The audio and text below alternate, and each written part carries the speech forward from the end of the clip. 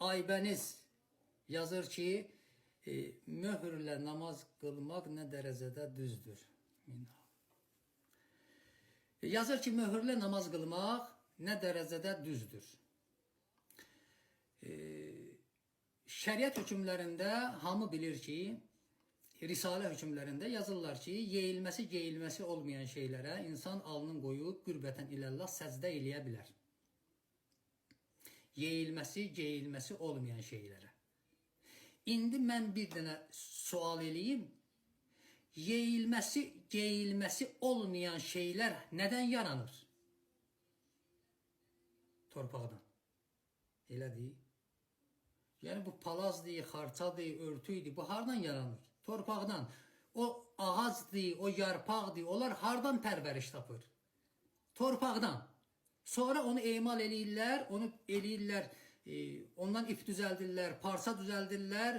Yavaş-yavaş görürsən olur xalça, palaz, cənamaz gəlir bizim evimizə, bizi alnımızı qoyuruq, səcdə eləyirik. Amma bunların hamısından qiymətlisi nədir? Torpaq. Elədir, möhür yəni torpaqdan düzəlmiş bir şeydir də. Çünki əvvəl evlər, qədim zamanlarda evlər torpaqdan balaca olardı. Hamı alnını torpağa qoyardı, namazını qılardı. Amma indi 15-20 mərtəbəli binalar yaradıblar.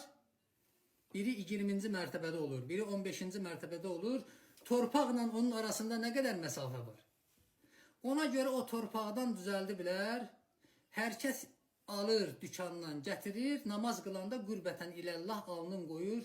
Məsələn, həmən o möhrə qürbətən iləllah namazın qılır. Bir şey unutmayaq ki, Qur'an nə buyurur? Buyurur, minha xələqnakum. Torpaqdan yaratmışıq sizi. Və fiha nu'idukum. Yenə torpağa qaytaracaq sizi. Və minha nuxricukum tarətən uxra. Yenə torpaqdan qaldıracaq sizi qiyamətin günündə. İnsan torpaq olub. İnsan torpaqdan yaranıb. İnsan torpaq olacaq. Və yenə qiyamətin günündə Qur'anda buyurur, İza zulzilətil ərzu zilzaliha. Elə ki torpaq zəlzələ elədi, lərzə elədi qiyamətdə. Bu Zəlzələ surəsindədir, Qur'anın Zilzal surəsində. Elə ki yer kürəsi lərzə elədi, zəlzələ elədi qiyamətdə və əxrəcətil ərzu əsqaliha. Torpaq öz ağır olan yüklərin atacaq bayıra. İndi adam vəfat eləyir, sən mərasimlə ona qüsul verirsən, onu kəfənə bükürsən, onun namazını qılırsan.